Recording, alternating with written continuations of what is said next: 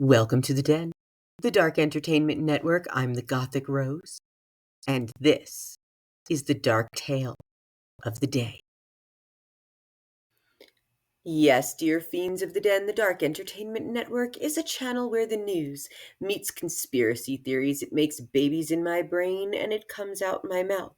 We explore the darkest stories from the deepest corners of Hollywood and the world. If you like this sort of entertainment, be sure to like, follow, and hit that bell because I am not going to stop. Hello, dear fiends of the Den. We are back with more haunted history of Hollywood. And again, thank you to everyone who has been following my blog about my stressed out, puffy eyes. Just so you know, yes, I have taken a lot of allergy medication. It's doing nothing. Today is Saturday, so I have to wait until Monday to go to the doctor because I don't like urgent care. So I'm going to have this taken care of, but thank you for following along, and I will keep you updated on my swollen, puffy eyes. Now let's talk more about the incomparable Mae West because she is so popular and so loved. I did a little more digging into her incredible life and career. And just so we don't forget, here are her famous lines. Why don't you come up sometime and see me? And she delivered it in the 1933 film She Done Him Wrong, playing the sultry Lady Lou opposite Cary Grant. The line became so famous, it was often misquoted as come up and see me sometime, which made cheekily embraced for the rest of her career. Other gems from her repertoire include When I'm Good, I'm Very Good, but when I'm bad, I'm better. I used to be Snow White, but I drifted. Too much of a good thing can be wonderful. Yes, Miss Mae West, she had some of the best lines of the 1930s.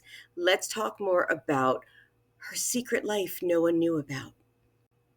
Mae West was a Brooklyn girl. She was born Mary Jane West on August 17th, 1893, in Bushwick, or you could call it Greenpoint, Brooklyn, before New York City was consolidated.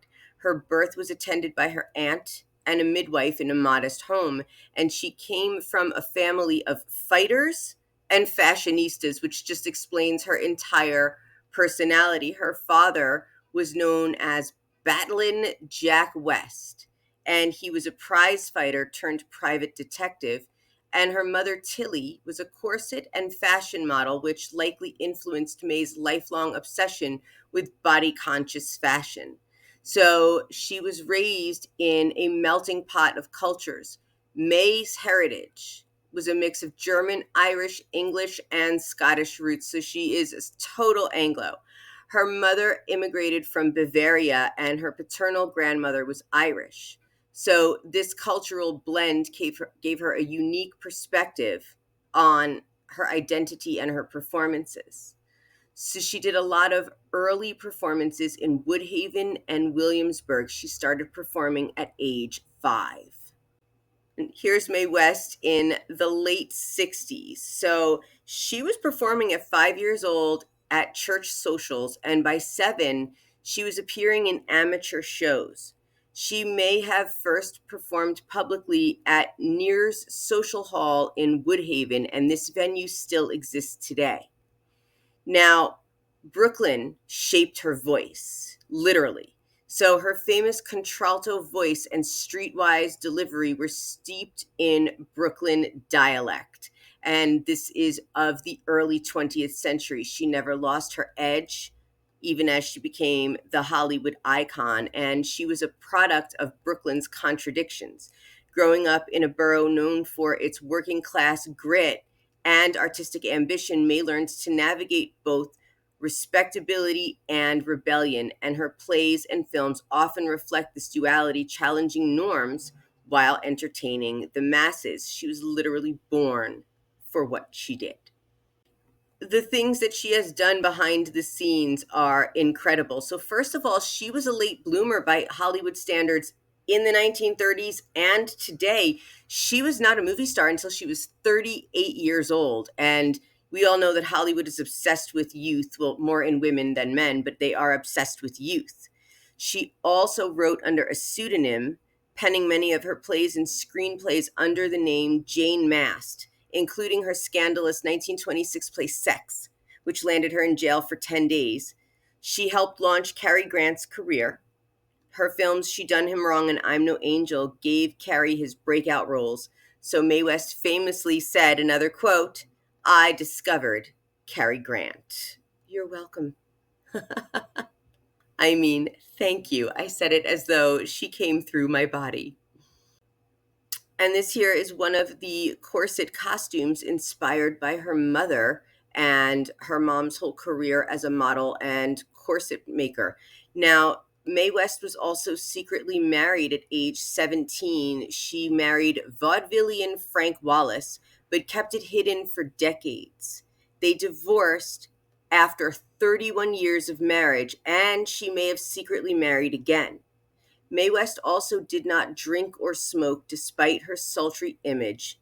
She avoided alcohol and tobacco, preferring to maintain control over her body image. She was also a real estate mogul and one of Hollywood's wealthiest women, investing heavily in Los Angeles real estate. She literally amassed a fortune. She was also a one-woman brand. Mae West wrote or co-wrote 9 of 13 films she starred in, often rewriting her own lines to suit her persona, and she embraced censorship as a tool. So Mae West, again, her quotes, "I believe in censorship. I made a fortune out of it." She knew exactly how to turn moral outrage into box office gold. So Mae West really is one of the most interesting characters in Hollywood to me, probably because she's a Brooklyn girl. I'm a Mount Vernon girl. We kind of have that no filter thing going on a lot. And next episode, I want to talk about her fashion choices. We're going to go through everything. So find out why she was accused of violating the Hays Code, which is basically morality, but this was her rebellion against censorship.